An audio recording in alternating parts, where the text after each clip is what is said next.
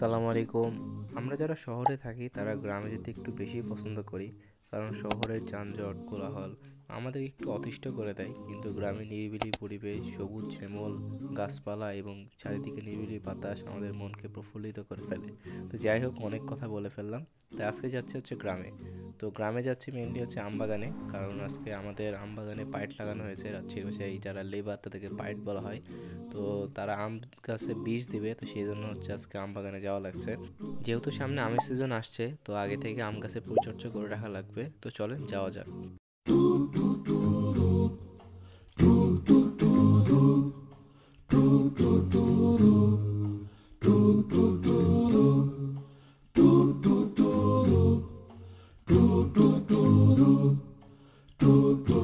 তো আমার হাতে মিষ্টির ব্যাগ থাকলেও আসলে এখানে কোনো মিষ্টি নাই, এর ভিতর আছে লেবারদের খাবার। তো আমাদের আম বাগানটা একটু বেশি গ্রামের ভিতর। এখানে মাঠ ঘাট রাস্তা পাড়ি যেতে হয়, নদী সেতু অতিক্রম করে, ঠিক যেমন করে আমাদের বাবারা নদী নালা খাল বিল সমুদ্র পার হয়ে গেছিলেন তাদের স্কুলে। তো রাস্তা অনেক চিকন হয়, আমাকে মোটরসাইকেল থেকে নামা লাগলো, কারণ পিছলে পড়ে যাওয়ার ভয় ছিল। পাশে দেখলাম আবার কফির বাগান আছে, সরি কফির বাগান কেন বলছি, এটা হচ্ছে কফির ভুঁই, ভুঁই বলে এগুলাকে। তো কফি তো নেওয়া যাবে না, মানুষের নেওয়া চুরি করা হারাম। তো সেই জন্য আমরা চলে আসলাম, ওখান থেকে উঠে গেলাম হচ্ছে মোটরসাইকেলে। আবার আমাদের যাত্রা শুরু। এইখানে আরো এক দফা নামা লাগলো, কারণ এখানকার রাস্তা আরো বেশি পিছলা। পিছলা বলতে স্লিপারই বুঝিয়েছি আমি, অনেকে আবার নাও বুঝতে পারে। তো বাগানের ভিতরে ঢুকে দেখছি যে বীজ দেওয়া শুরু হয়ে গেছে।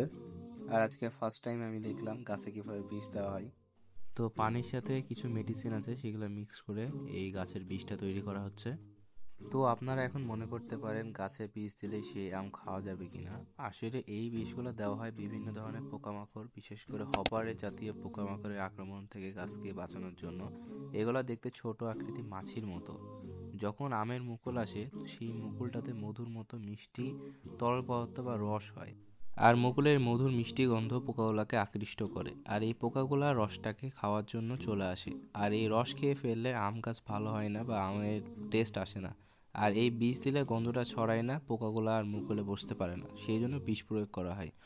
এখন মনে করতে পারেন এই বিষ খেলে মানুষ মরে যায় কিনা। আসলে না ভাই, এই বিষ খেলে কোনোভাবে কেউ মানুষ মরে না। যদি আম হওয়ার পরে যদি বীজ দেয় তাহলে সেই আমটা খাওয়া যাবে না, কারণ তখন তারা ফরমালিন ইউজ করে, আর ফরমালিনযুক্ত আমটা আমরা তো কেউই খাই না, সেটা তো আপনারা সবাই ভালো মতোই জানেন। আর এই বিষ প্রয়োগ করে গাছের শিকড়ও শক্ত হয়, তারপরে পাতাও মনে করেন সতেজ থাকে, আর আমের ফলনও ভালো হয়। তো আমি সামনে হাঁটতে হাঁটতে দেখলাম একটা সরিষার ভুঁই। শহরে চাচাতো ভাই যখন গ্রামে প্রথম আসে এবং সরিষার ভুঁই দেখে, তখন এরকমই কিছু একটা করে। তো আমিও চলে আসলাম, যেহেতু আমি শহর থেকে এসেছি, সরিষার ভুঁই দেখিনি কোনো দিন। দেখতে ভালোই লাগছিল, সুন্দর ছিল, আর রোদ আজকে অনেক ছিল। মার্শাল্লাহ মোটরে অনেক ভালো ফলন হয়েছে, কারণ মোটরও লাগানো হয়েছিল, মোটরের গাছ। তো দেখতে পাচ্ছেন, আপনারা দেখেই বুঝতে পারছেন যে এদিকে সবুজ সবুজ হয়ে আছে মোটরের গাছ।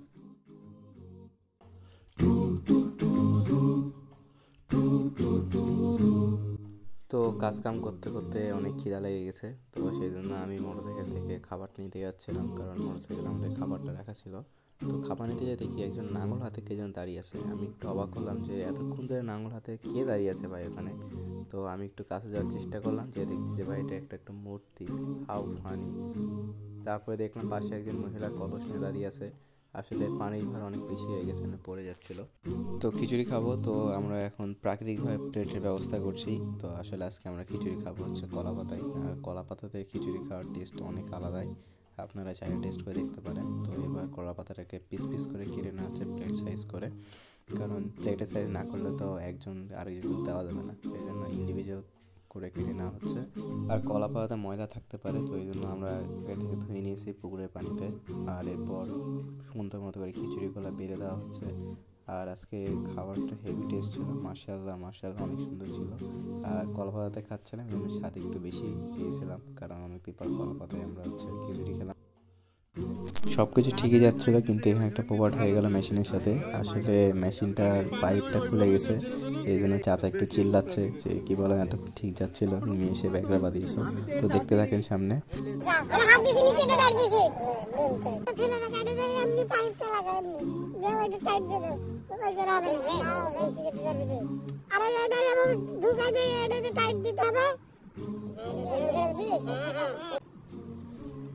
যে জিনিস নেবে সেই জিনিস তো পানি কাটতো ওইটা কি দাঁড়া আমাদের দাঁড়া হবে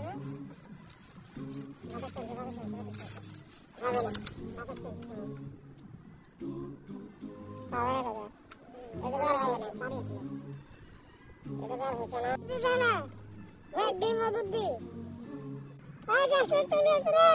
তো বিস্তার মেশিনটা এখনও ঠিক হয়নি, তো এখন সেজন্য পাইপ কিনতে গেল বাজারে, কারণ কোনোভাবেই ঠিক হচ্ছিল না আমাদের মেশিনটা। তো আমি চিন্তা করলাম এখানে একটু ঘুমিয়ে নিলেই সবচেয়ে পারফেক্ট হয়, আর গাছের নিচে ঘুমানোর মজাই আলাদা।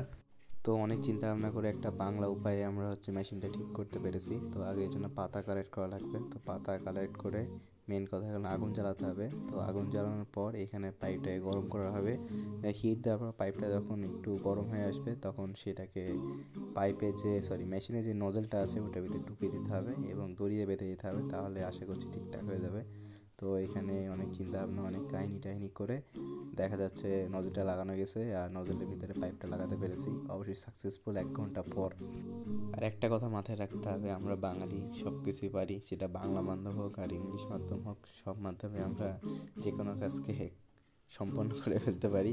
তো যাই হোক, আমরা অবশ্যই মেশিনটা ঠিক করতে পারলাম এবং দেখলাম পুনরায় আবার মেশিনটা সচল হয়েছে এবং বীজ দেওয়া তাড়াতাড়ি হবে আশা করছি ইনশাআল্লাহ। তো অবশেষে মিশন পাস। তো এখানে আমার সাথে আরেকটা পোপাট হয়ে গেল। তো আমি দেখছি যে আমার জুতা ছিঁড়ে গেছে, কি আর করার, নতুন আরেকটা কিনা লাগবে। ও আমি তো ভুলে গেছি, আমি তো গরিব। मैं गरीब हूँ। তো আমি চিন্তা করলাম আমি একটু বীজ দিয়ে দেখি গাছে কেমন লাগে। তো সেই জন্য আমি নজলটা হাতে নিয়ে নিলাম এবং আস্তে আস্তে বীজটা দিলাম। দিতে ভালোই লাগলো, কিন্তু এটা যারা করে এটা একটু কষ্টের কাজ, কারণ হাতে অনেকক্ষণ ধরে থাকা লাগে, হাত অনেক ব্যথা। আসলে লাইফে কোনো কাজই ইজি না, কঠিন পরিশ্রম করার পরেই সফলতা আসে। কিন্তু আমি যা দেখছি আজকে তো পোপট দেখছি যে চশমাটাও ভেঙে গেছে, যার কারণে আজকে আমি খুবই হতাশ যে আমাদের সাথে কী হচ্ছে আজকে। তো আমাদের আম গাছে কিছু আগাছা ছিল, এগুলা মিললে গাছকে ক্ষতি করে, এগুলাকে ধায়রা বলছে, নতুন শুনলাম আমি নাম। তো যাই হোক, এগুলা কেটে ফেলেছে, কারণ এগুলা থাকলে আম গাছ অনেক ক্ষতি হয়ে যেত। তো আমাদের কাজ প্রায় শেষের দিকে এবং কাজ আস্তে আস্তে শেষ হয়ে গেল। ব্যাকপ্যাকিং সব কিছু কমপ্লিট করে এখন যাচ্ছি বাসার উদ্দেশ্যে। তো ভ্যাকেশন যেহেতু শেষের দিকে, আমার আর একটা লাস্ট ব্লগ আসবে রাজশাহীতে থাকা অবস্থায়। তো দেখা হচ্ছে নেক্সট ওই ব্লগে। আল্লাহ হাফেজ।